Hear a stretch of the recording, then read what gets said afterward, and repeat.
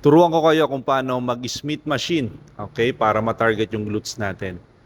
First thing na pwede natin gawin or dapat natin gawin is bawasan natin yung weight, tanggalin natin yung weight na nakalagay para safety tayo. Tapos ilagay natin siya sa tamang height, yung swak sa inyo.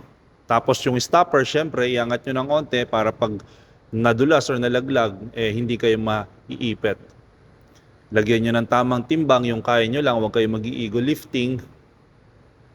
And pumosisyon tayo na maayos. So first exercise natin, ang tawag dito is basic squats. Sa squats naman is pwede tayo iba-iba position, pwedeng normal squats, sumo squats, wide squats. So, depende na lang sa preferred nyo kasi iba-iba rin yung target muscles nun. Pero sa lower body lahat yon. After natin syempre mag-squats, next natin is split squats. So naka-lunge position ka, nakabuka, kaya split, tapos up and down lang. Okay, so ayan po. Nakaharap naman ako dito sa kabila. Pwede yung nakaharap dun sa loob or nakaharap sa labas ha. Same lang po yan. So make sure po proper yung form nyo.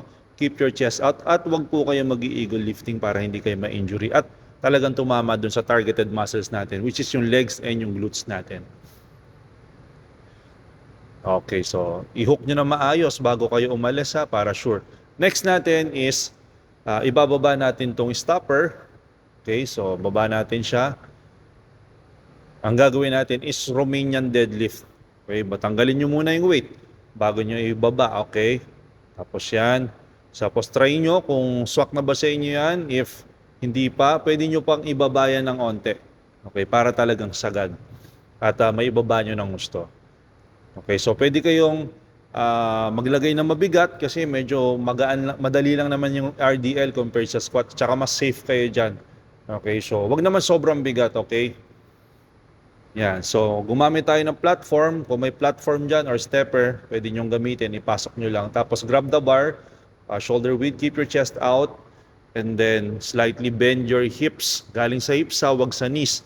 Nakalak yung knees natin. So ang target niyan, glutes, lower back, and ating hamstring. So yon mga moms, mga tol, I hope nakatulong tong video na to. See you on the next video. Bye-bye.